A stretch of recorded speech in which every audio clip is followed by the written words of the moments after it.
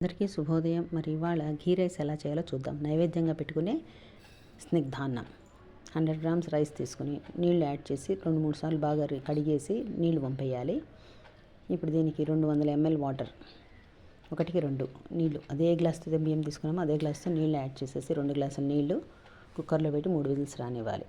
ఈలోపు 1/2 tea spoon మిరియాలు, 1/2 tea spoon జీలకర్ర దంచుకుని బరకగా పొడి చేసి పెట్టుకోవాలి, కోర్స్ పౌడర్ చేసి పెట్టుకోవాలి. జీడిపప్పు పలుకులు కూడా రెడీగా తీసి పక్కన పెట్టుకోవాలి. 100 గ్రామ్స్ రైస్ అయితే 2 కప్స్ రైస్ అవుతుంది, ఘీ రైస్ అవుతుంది. సో కుక్కర్ కూడా అయిపోయింది, అన్నం చల్లారిపోయింది, బాగా చక్కగా ఉడికిపోయింది.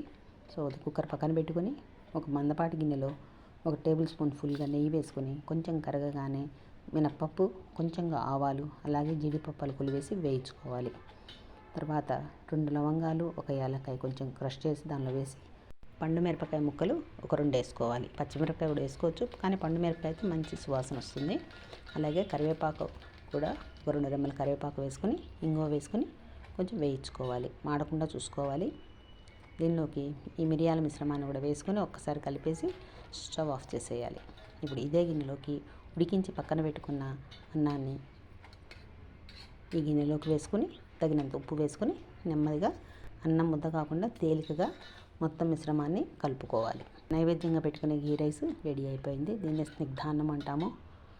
చక్కగా దసరాల్లో కానీ ఇంకెప్పుడైనా కానీ వరలక్ష్మి వ్రతానికి కానీ ఒక ఐటెంగా మనము ఘీ రైస్ తయారు చేసుకోవచ్చు. నైవేద్యం పెట్టే ముందు రవ్వ నెయ్యి అభికారం చేసి నైవేద్యం పెట్టాలి. దీనికి ఎండుమిరపకాయలు కూడా వేసుకోవచ్చు, కానీ పండు మిరపకాయలు అయితే చక్కటి మంచి సువాసన వస్తుంది ఘీ రైస్కి. అలాగే మంచిగా పెప్పర్ స్మెల్ కూడా మనకి బాగుంటుంది.